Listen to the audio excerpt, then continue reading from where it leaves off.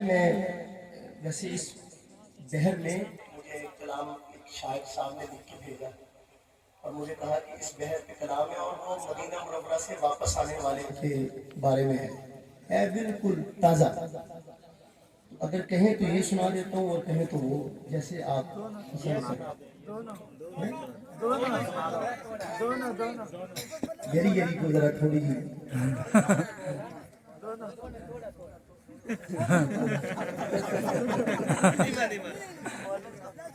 چلیں آغاز اسی سے کر لیتے ہیں جو پرانا ہے اسی بحر میں پھر کیونکہ آگے چلیں گے.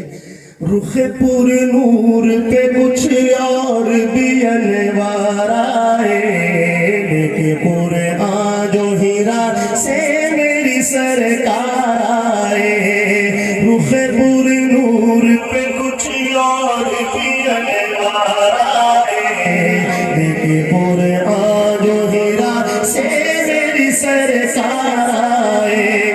سارے نبیوں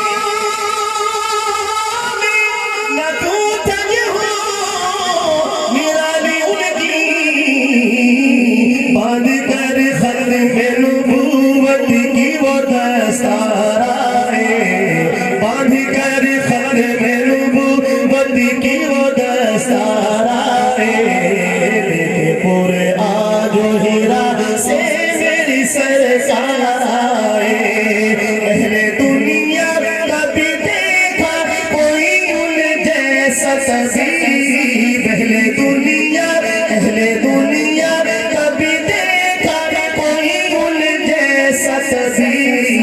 سب شفا یاب ہوئے جتنے بھی بیمار آئے سب شفا یاب ہوئے جتنے بھی بیمار آئے لیکن پورے آج ہیرا سے میری سرکار آئے.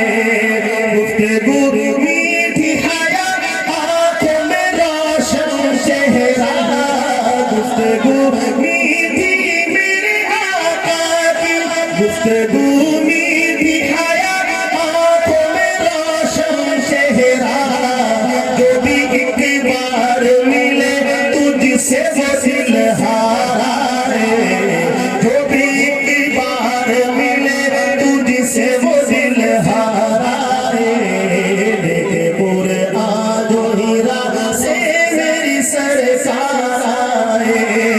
میں تو کہتا ہوں ابو بکر کی معراج تھی وہ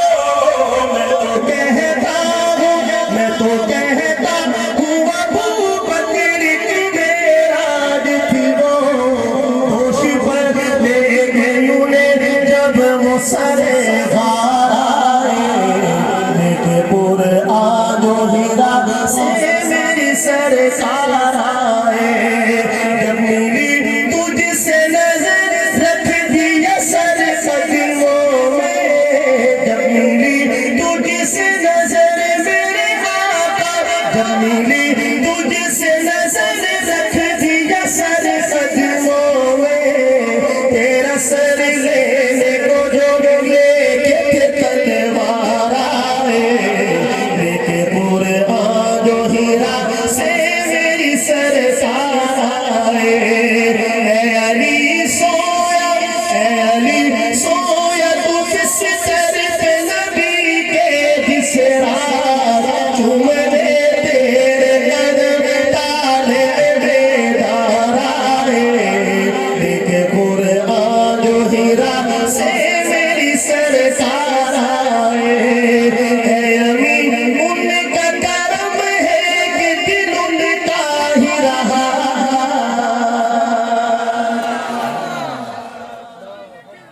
مجھے پتا ہوتا سبحان اللہ کہنے لے بندے بھی اپنے نال لے کے آنا ہونا ہی مکاللہ سمجھا تو ہم مجبوری ہے تو ہم کرنے پڑے.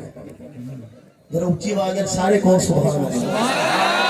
پورا کلام میں نے ایک سانس میں پڑھا لیکن آخری شعر آ گیا یہاں پہ تو اب مجھے کچھ نہ کچھ کہنا ہی ہوگا.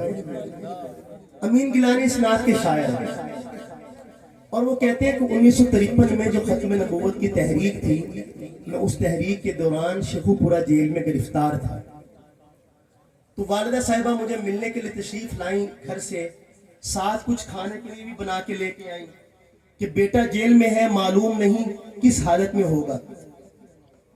تو جو سپرڈنٹ جیل تھا اس نے اپنے کمرے میں ہی مجھے بلوا لیا، اور مجھے سلمان گیلانی صاحب نے فرمایا کہ جب میری دادی جان اپنے بیٹے سے ملنے کے لیے گئی تھی تو دادی جان نے مجھے بھی گود میں اٹھایا ہوا تھا، اس وقت میں 1.5 سال کا تھا۔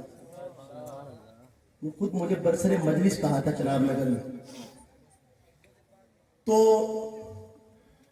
شاہ صاحب کہتے ہیں کہ کافی دنوں کے بعد میرا اپنی ماں سے آمنا سامنا ہوا، تو وہ بھی مجھے دیکھ کر سخت جذبات میں ذرا آپ دیدہ ہوں، میں ان کو دیکھ کے رونے لگا۔ حالانکہ والدہ پردے میں تھی، لیکن جسم کی کپ کپاہٹ سے وہ بھانپ گیا کہ اماں جان اپنے جذبات پر قابو کھو بیٹھی۔ تو اس نے کاغذ آگے بڑھایا اور میری والدہ سے کہنے لگا کہ اماں جان یہ معافی نامہ ہے، آپ اپنے بیٹے سے کہہ دیں کہ اس پہ دستخط کر دیں، تو میں آپ کے بیٹے کو ابھی آپ کے ساتھ گھر بھیج دیتا ہوں۔ نہ عدالت، نہ وکیل، نہ منصف، نہ جج، نہ کچہری، کچھ بھی نہیں، یہیں سے گھر۔ تومین گیلانی کہتے ہیں میں ڈر گیا کہ والدہ ہیں کہیں ڈگمگا نہ جائے، کہیں بیٹے کی محبت سرکار کی محبت پر غالب نہ آ جائے۔ لیکن ابھی کہتے ہیں میں لفظ ڈھونڈ رہا تھا کہ کیا جواب دوں، اور میری والدہ نے انہی آنسوں سے تر چہرے کے ساتھ فرمایا کہ جو آنسو میری آنکھوں سے نکلے ہیں یہ تو مادرانہ شفقت ہے، مگر نہ اس جیسے 10 بیٹے ہوں تو ایک ایک کر کے قربان کر دوں اور پرواہ نہ کر دوں۔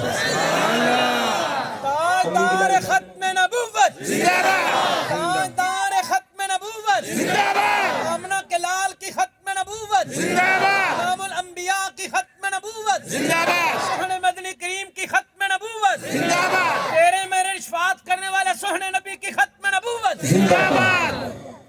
تومین گیلانی کہتے ہیں کہ میں اپنی ماں سے لپٹ گیا اور میں نے کہا یا اللہ تیرا شکر ہے تو نے ایک محبت کرنے والی ماں کا مجھے بیٹا بنایا جو یہ بھی جانتے ہیں کہ محبت کے تقاضے کیا ہیں، پیغام کیا دیتے ہیں۔ اے امی ان کا کرم ہے کہ دل ان کا ہی رہا، اے امی ان کا کرم، ان کا کرم، اے امی ان کا کرم ہے کہ دل ان کا ہی رہا، ورنہ دل لینے کو کتنے ہی خریدار آئے، لیکن قرآن